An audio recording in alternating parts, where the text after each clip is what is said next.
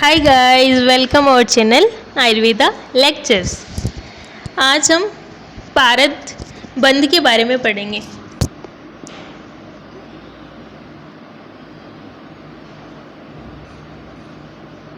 कल हमने गतियाँ तो कंप्लीट कर दिया था। पारद की 5 गतियाँ मैंने आपको बता दी थी। आज हम पारद बंद के बारे में पढ़ेंगे।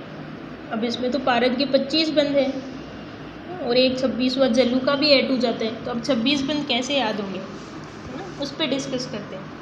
आपको कुछ भी याद नहीं करना है, सिर्फ इनके नाम ही याद करने हैं और आपको इनके कोई आगे डिस्क्रिप्शन वगैरह कुछ भी याद नहीं करना है। बस आएंगे तो मैक्सिमम इसके नाम ही आएंगे, इससे ज़्यादा कुछ भी नहीं आएगा। ठीक है, अब मैं आपको एक छोटी सी कहानी सुनाती हूँ ना, स्टोरी बताती हूँ मैं आपको, है ना, उससे अपन पारद के बंद याद करेंगे।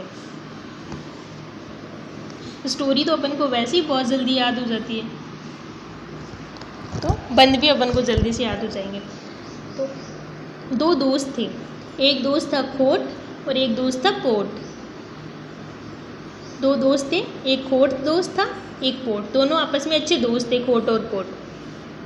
अब खोट क्या है, एक रात में सो रहा था, तो खोट को सोते सोते उसे एक सपना आया। सपने में उसने क्या देखा, उसने एक पर्वत देखा, है ना, पर्वत देखा। तो खोट ने क्या किया, अगले दिन हट पकड़ ली कि मैं तो इस पर्वत पे आरोट करूँगा, मतलब इस पे चढ़ूँगा। आपको आरोट याद रखना है, आरोट करूँगा। तो खोट ने बोला कि वो इतना बड़ा पर्वत है, तू चढ़ेगा उस पे, ये सब तेरा आभास और ये क्रियाहीन है, मतलब इसका कोई मतलब नहीं है, ये सब आभासी और क्रियाहीन है। लेकिन अब वो नहीं माना, तो दोनों दोस्त अब क्या करें। अब वो नहीं मान रहा तो दोनों दोस्त जाएंगे अब बेचारे। तो दोनों दोस्त क्या करते, अपनी अपनी कजली बनाई हुई थी उनकी, तो अपनी कजली को लेके पर्वत की ओर चले गए। अब वो ऊपर गए ना, थोड़े मतलब ऊपर गए, तो वहाँ उन्होंने देखा कि एक पत्थर में कुछ क्षार निकल रहा था। तो उन्होंने क्या किया, अपने पास कजली है, देखिए इस क्षार को इस कजली के अंदर मिला के देखें। तो कजली के अंदर उन्होंने जैसे ही क्षार को मिलाया, तो वो कजली है ना कल्क और पिष्ट रूप में आ गई। ठीक है, अब वो जैसे ही उसको लेकर आगे चलने लगे, उन्हें चार ऋषि मिले, है ना, और उन ऋषियों का नाम क्या था, बाल, तरुण, कुमार और वृद्ध, है ना। तो उन्होंने वो मिले, तो उन्होंने, है ना, उन दोनों दोस्तों ने दिखाया कि देखो हमने कल्क और पिष्टी बना ली। तो उन चारों के चारों ऋषियों ने बोला कि ऐसी सिद्धि हमारे पास भी है, हम भी ऐसा कुछ बना सकते हैं, हमने भी कुछ बना रखा है। तो बोलते दिखाओ तुमने क्या बना रखा है। खोट पोट उनको बोलते हैं कि दिखाओ तुमने क्या बना रखा है। तो उन्होंने बोला हमने सबीज बना रखा है, निर्बीज बना रखा है, सजीव बना रखा है और निर्जीव बना रखा है। ठीक है, अब उन्होंने सोचा कि वास्तव में इन्होंने तो सिद्धि हासिल कर रखी है, इन्होंने तो बना रखा है। फिर वो बोलते हैं कि आपको ये ज्ञान किसने दिया। तो वो बोलते हैं, वो खोट और पोट पूछते हैं कि आपको ये ज्ञान किसने दिया। तो वो जो बाल, तरुण, कुमार, वृद्ध थे, वो ये बोलते हैं कि हमें ये ज्ञान हमारे महागुरु ने दिया। ठीक है, फिर वो महागुरु के पास सारे चले गए कि हमें भी मिलना है तुम्हारे महागुरु से, तो हम भी चलते हैं तुम्हारे साथ। अब वो सारे चले गए महागुरु के पास और वहाँ पे वो एक श्रृंखला में बैठ गए। ठीक है, अब इन्होंने, महागुरु ने क्या किया, पारद को अग्नि से संयोग करवा के ना द्रुत रूप में ले आए वो, और पारद का उन्होंने जल से संयोग करा के मूर्ति रूप बना दिया। महागुरु ने क्या किया, पारद को अग्नि से संयोग करवा के द्रुत रूप में ला दिया और पारद का जल से संयोग करवा के उसको मूर्ति रूप में ला दिया। ठीक है, और उन्होंने जो लाया ना वो सबको समझ में आ गया। ठीक है, तो फिर महर्षि खुश हो गया कि मैंने इनको बताया और इनको समझ में आ गया। तो उन्होंने पुरस्कार के रूप में उनको सुसंस्कृत जलूका दे दी। वापस बता रही हूँ, खोट और पोट 2 दोस्त थे। ठीक है, खोट को सपना आया, तो उसने सपने में क्या देखा, पर्वत देखा। अब खोट ने तो हट पकड़ ली कि मैं तो इस पर्वत पे आरोट करूँगा। तो दूसरा बोलता है पर्वत इतना ऊंचा है, तेरी ये चढ़ाई है ना, ये आभासी और क्रियाहीन है। तो दोनों फिर क्या करते, अब वो नहीं माना, तो दोनों दोस्त निकल गए अपनी कजली लेके। और वो कजली लेके निकल गए, लेकिन वो ऊपर गए पर्वत पे तो उन्होंने वहाँ एक पत्थर देखा। अब पत्थर में से क्या था, कुछ क्षार निकल रहा था। तो उन्होंने क्या किया कि चलो एक्सपेरिमेंट करते हैं, तो उन्होंने कजली के अंदर क्षार मिला दिया। क्षार मिलाने पर वो कजली कल्क और पिष्टि रूप में आ गई। तो दोनों खुश हो गए कि हमने तो नया इन्वेंशन कर लिया। तो आगे सामने से 4 ऋषि आ रहे थे जिनका नाम था बाल, तरुण, कुमार, वृद्ध।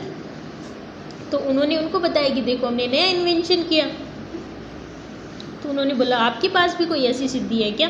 तो उन्होंने बोला हाँ हमारे पास भी है, हमने सबीज बना रखा है, निर्बीज बना रखा है, सजीव बना रखा है, निर्जीव बना रखा है।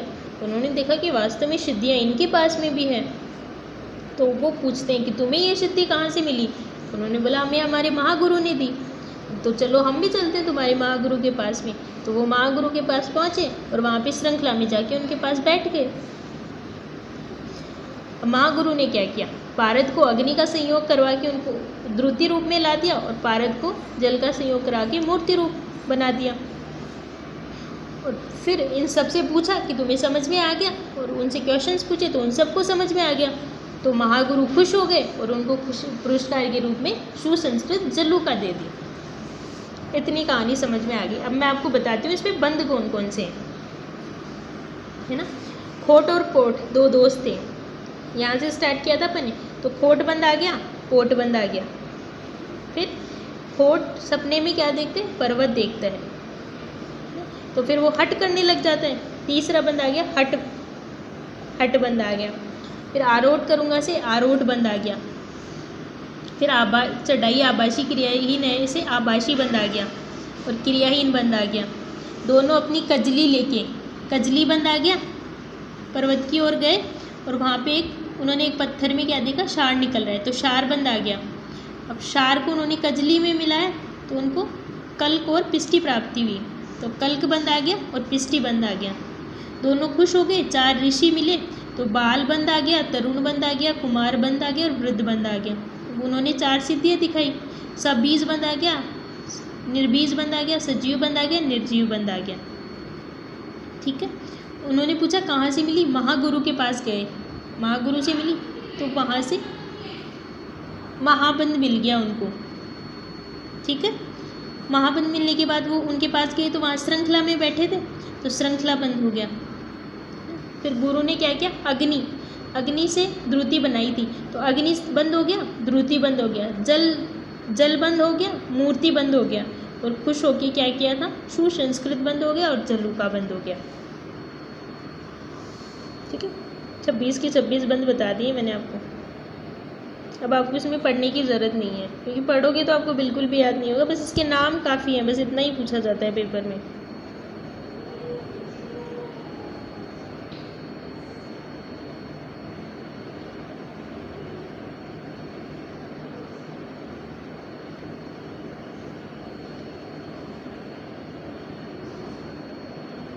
थोड़ी सी अपन जल्लूका की बात कर लेते हैं ना। ये थोड़ा सा पूछा जाता है जल्लूका का। जल्लूका में क्या करते हैं अपन, शुद्ध पारद लेते हैं 1 भाग में और शुद्ध स्वर्ण लेते हैं आधा भाग में और शुद्ध नाग लेते हैं 1/4 भाग में। अब पारद में आपने ये दोनों चीज़ें मिलाई, स्वर्ण और नाग, है ना। ये चीज़ें मिलाई तो पारद क्या करेगा, इनका जारण कर लेगा अपने अंदर।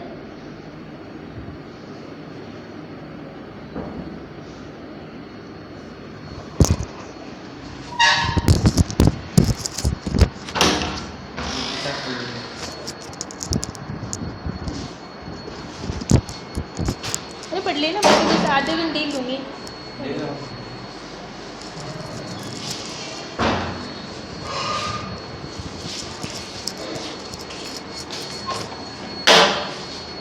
शुद्ध स्वर्ण लेना था आधा भाग और शुद्ध नाग लेना था 1/4 भाग।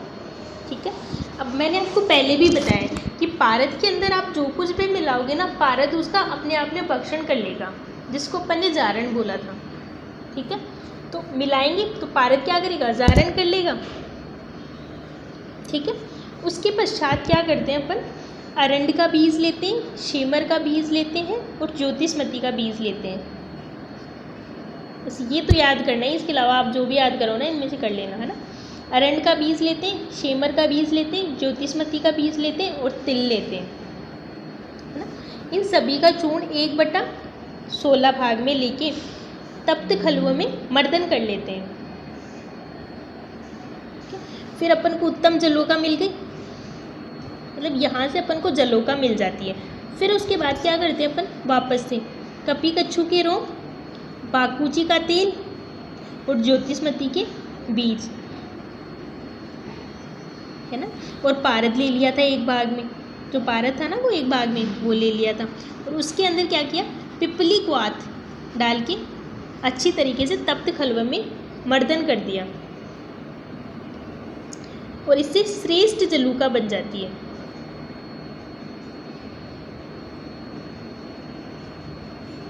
वापस रिपीट कर देती हूँ मैं एक बार। देखो, आपने पारद लिया एक भाग, स्वर्ण लिया आधा भाग, नाग लिया 1/4 भाग, ठीक है। तो क्या किया पारद ने, उसके अंदर उनका जारण कर लिया अपने अंदर, ठीक है। फिर आपने जो पारद था ना उसमें क्या किया, अरंड के बीज, शेमर के बीज और ज्योतिषमती के बीज का 1/16 भाग लेना है ना, इनका चूर्ण लेना है आपको, 1/16 भाग लेना है। और जो पारद था उसमें आपको डाल देना है और तप्त खलवे में इनका मर्दन करना है। तो आपको जलोका मिल गई यहाँ से, ठीक है। अब आपने क्या किया कि उसके अंदर वापस से क्या किया, कपुई कच्छू के रोम डाले, बाकूची का तेल डाला और ज्योतिषमती डाला। ये कितनी मात्रा में, 1/16 मात्रा में आपने पारद में डाल दिए। और तप्त खलुआ में पिपली क्वाथ के साथ इसका मर्दन कर दिया। अब जो जलूका मिली ना अपन को वो श्रेष्ठ जलूका है, ठीक है। अब जलूका का विशेष संस्कार भी पूछा जाता है कई बार। जलूका के विशेष संस्कार में आपको कुछ भी याद रखने की ज़रूरत नहीं है, बस इतना याद रखना, भेड़ का दुग्ध याद रखना है आपको। आपने क्या किया, एक पात्र लिया मिट्टी का, उसमें आपने जलूका डाल दी और उसमें क्या किया आपने, जो भेड़ का दूध है वो भरकर रख दिया, उसको तीव्र धूप में रख दिया। एक मटका लिया, उसमें आपने क्या किया, भेड़ का दूध भर दिया और उसके अंदर आपने क्या किया, जलूका डाल दी और उसको तीव्र धूप में रख दिया। अब क्या होगा, धूप में कम तो होगा ना दुग्ध, तो उसको क्या करेंगे, दुग्ध और मिलाते जाएंगे उसमें। अगर जो जितना कम होगा ना दुग्ध वो और मिलाते जाएंगे। 21 दिन तक यही प्रोसेस करना है अपन को। 22वें दिन जब दुग्ध सूख जाए पूरा, है ना, तो जलूका को बाहर निकाल लेंगे। और अगर उसकी आकृति थोड़ी विकृत हो गई तो उसको अच्छी आकृति वापस बना लेंगे। तो अपन को ये जो जलूका मिलती है ना ये श्रेष्ठ होती है और ये स्त्रियों के द्रावण में श्रेष्ठ होती है। जलूका जो होती है वो स्त्रियों के द्रावण में श्रेष्ठ होती है। वापस से रिपीट कर देती हूँ एक बार। एक पात्र लेना है, उसमें आपको भेड़ का दूध, अवी का दूध डालना, ठीक है। फिर उसमें जलूका डाल देनी है, फिर उसको ढक देना है और फिर आपको क्या करना है, तीव्र धूप में उसको रख देना है। अब 21 दिन तक रखना है। जितना दुग्ध कम हुआ ना उसमें नया दुग्ध अवी का अपन डालते रहते हैं। 22 दिन तक जब दुग्ध पूरा सूख जाए, है ना, तो उसको निकाल लेते हैं और उसकी आकृति जो विकृत हुई उसको सही कर देते हैं। जलूका जो होता है वो स्त्रियों के द्रावण में काम आता है। जलूका के टाइप पूछे जाते हैं। जलूका के टाइप 2 बेसिस पे हैं, तो आकृति के बेसिस पे, एक प्रमाण के बेसिस पे। तो आकृति के बेसिस पे जलूका 3 टाइप की होती है, जलूकाकार, वलयाकार और गुटिकाकार, ठीक है। और प्रमाण के बेसिस पे 8 अंगुल, 10 अंगुल और 12 अंगुल, बाला, युवा और प्रगल्भा। ये आगे आपको बता रखा है कि बाला किसको बोलते हैं, युवा किसको बोलते हैं, प्रगल्भा यहाँ बता रखा है, ठीक है। आप देख लेना ये।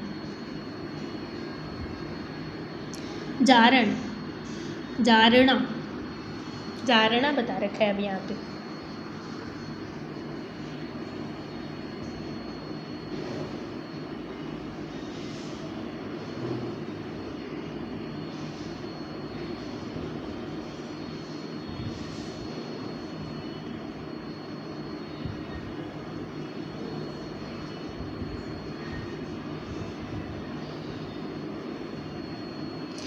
जारणा और जारण एक ही चीज़ होती है। मैंने आपको पहले भी इसका श्लोक बताया था, द्रुतग्रास परिणामो विडंग यंत्रादि योग ते जारणम इत्युच्यते। विडंग यंत्र आदि के योग से आप पारद के अंदर जो भी मिलाओगे ना, पारद उसका तुरंत भक्षण कर लेगा। इसको जारण बोलते हैं, जारणा बोलते हैं।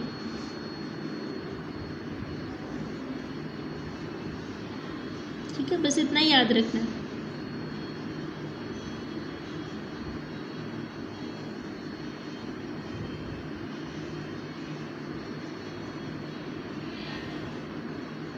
अब जारणा के भेद बता रखे, ये आपको याद करने हैं। भूचरी जाणना, खेचरी जाणना, बाल जाणना, वृद्ध जाणना, सुमुख जाणना, निर्मुख जाणना और वासनामुख जाणना।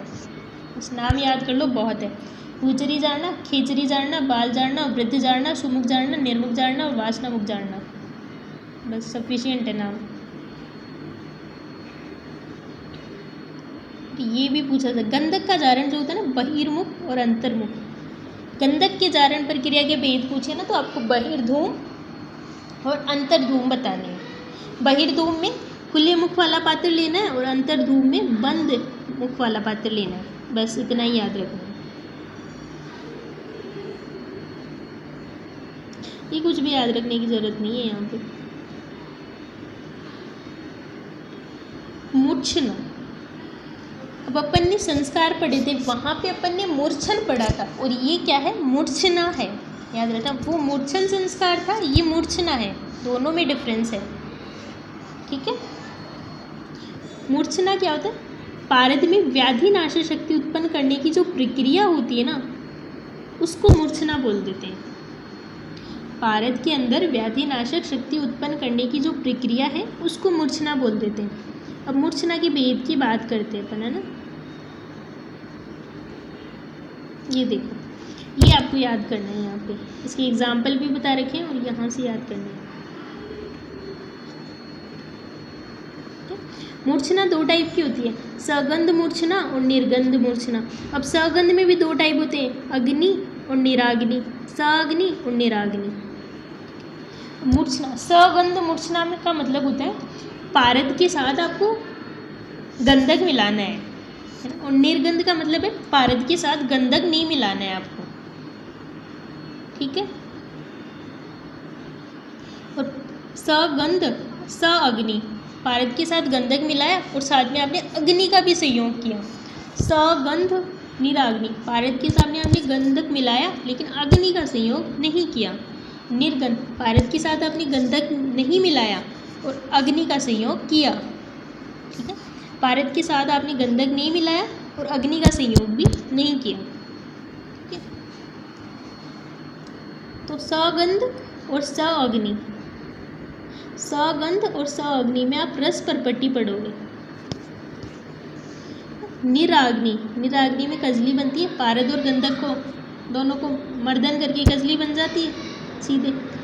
निर्गंध सअग्नि, निर्गंध सअग्नि में रस कर्पूर याद रख लेना। निर्गंध निराग्नि में मुग्ध रस याद कर लेना।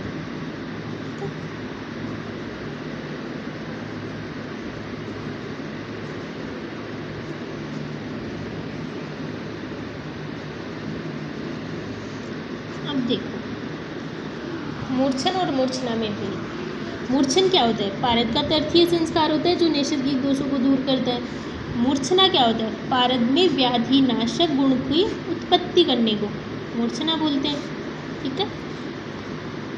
मूर्छना में क्या होता है, पारद को अपन नष्ट भी करते हैं मूर्छन संस्कार में, और मूर्छना में क्या होता है, पारद को सेवन योग्य, व्याधि नाशक गुण उत्पन्न करने मतलब वो व्याधि को नाश करेगा तो सेवन योग्य बना देते हैं। दोनों याद कर लेना, तीसरा याद करने की कोई ज़रूरत नहीं, बस दो ही बहुत है। कजली, कजली की तो मैंने आपको परिभाषा भी बताई है, परिभाषा प्रकरण जब अपन ने पढ़ा था, वापस से बता देती हूँ। नीदर्व, हीरा, नीदर्व धातु विश्य गंधाग्दिभि पेशितो पारदः शलक्षणतां प्रापितः कजल आभा यदा जायते असो नाम तदा कोविद कजली इत्युच्यते। नीदर्व धातु विश्य गंधाग्दिभि, कोई भी धातु या पारद का गंधक के साथ, है ना, या तो कोई धातु ले लो या गंधक ले लो, है ना, उसका पारद के साथ, निर्द्रव्य, कोई द्रव्य उपस्थित नहीं होना चाहिए। मर्दन करना, सिर्फ आपने कोई धातु ही ली या गंधक लिया, उसका पारद के साथ सीधे मर्दन कर दिया तो आपको सलक्षणता प्राप्त है। तो आपको जो द्रव्य है वो सलक्षण प्राप्त होगा। कजलो आभा, उसकी कजल जैसी आभा होगी, इसलिए उसको कजली बोल दिया।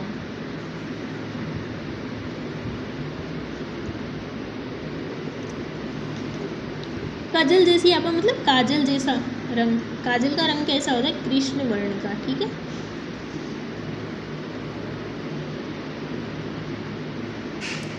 एक थोड़ा ये भी याद रख लेना कि शुद्ध पारद में आप गंधक समभाग में भी मिला सकते हो, द्विगुण, त्रिगुण, षडगुण, चतुर्गुण, जो भी है ना, सब भाग में मिला सकते हो ना।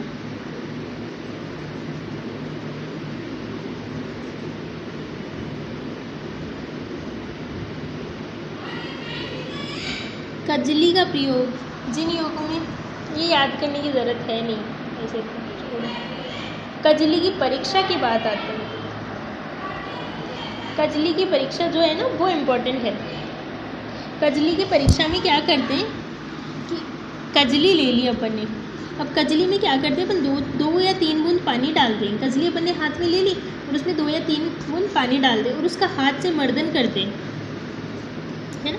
मर्दन करने पर जब वो जल सूख जाता है तो उसको अपन सूर्य की रोशनी में ले जाके देखते हैं। अगर उस कजली में चमक है तो मतलब वो कजली सही नहीं बनी है, और उसको सूर्य की रोशनी में ले जाके देखते हैं तो अगर उसमें चमक नहीं है तो वो कजली एकदम अच्छी है। यानी चमक है तो वो गंदी है और चमक नहीं है तो वो अच्छी है। ठीक है,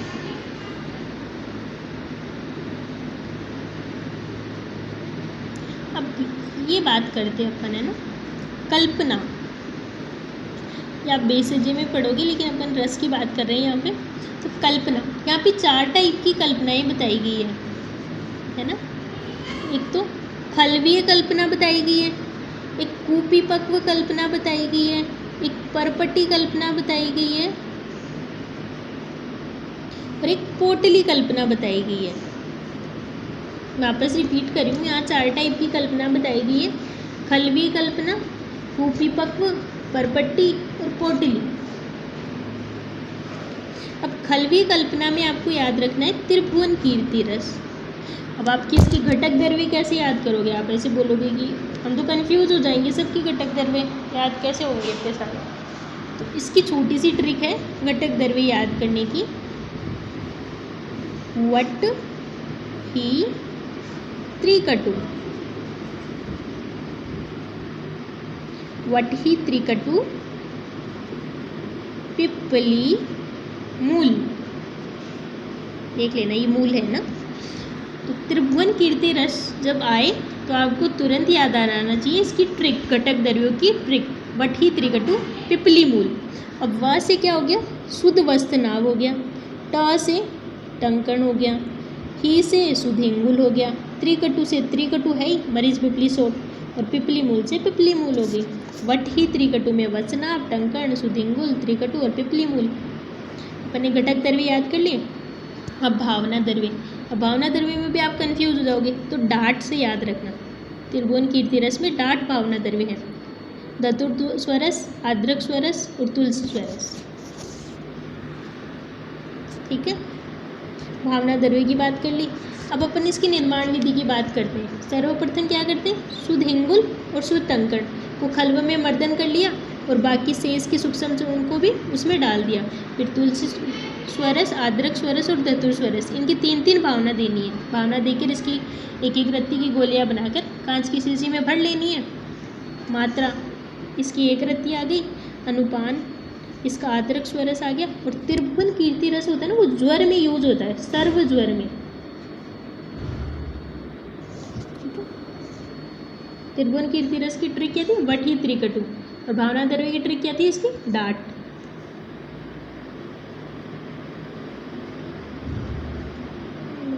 सूद सेकर आपको याद करने की जरूरत नहीं है, सिलेबस में नहीं है। ठीक है, परपट्टी कल्पना की बात करते हैं अपन, है ना।